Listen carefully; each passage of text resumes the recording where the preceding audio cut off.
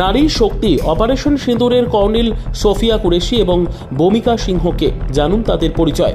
কপালে এওতির চিহ্ন দেখে বেছে বেছে স্বামীদের হত্যা করেছিল পাক মদতপুষ্ট জিহাদিরা।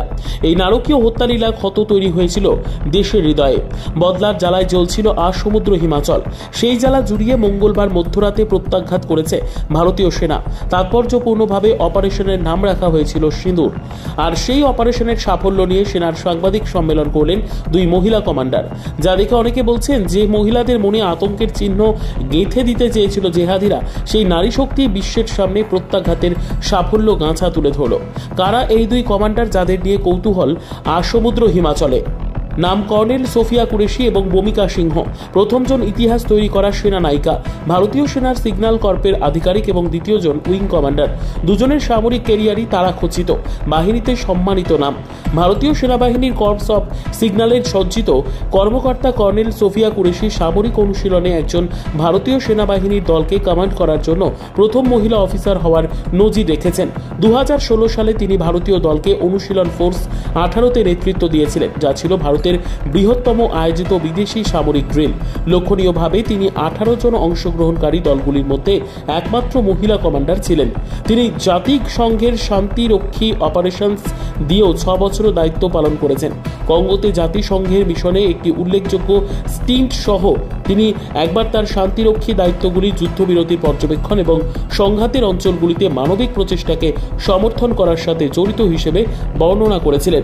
ভারতের এই বীরাঙ্গনা কন্যার জন্য এই ভিডিওটি ভালো লাগলে শেয়ার করতে ভুলবেন না। জয় হিন্দ, বন্দে মাতরম।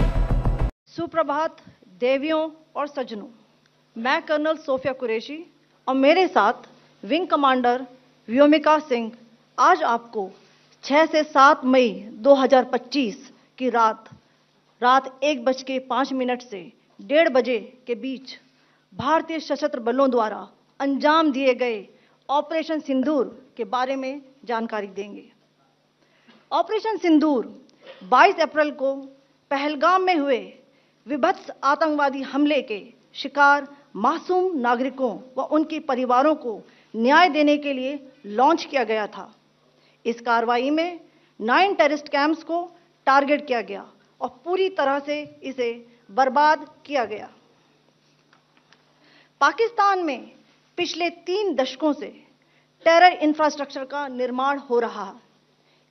इसमें recruitment, indoctrination centres, training areas व लॉन्च पैड शामिल थे, जो पाकिस्तान और पाक अधिकृत जम्मू कश्मीर POJK दोनों में फैले हैं। Operation Sindoor was launched by Indian Armed Forces to deliver justice to the victims of Pahalgam terror attack and their families. 9 terrorist camps were targeted and successfully destroyed. Over the last 3 decades, Pakistan has systematically built terror infrastructure. It is a complex web of recruitment and indoctrination centers, training areas for initial and refresher courses, and launch pads for handlers. These camps are located both in Pakistan as well as Pakistan-occupied Jammu and Kashmir areas. Some of the well-known training camps are located, as you can see on the screen.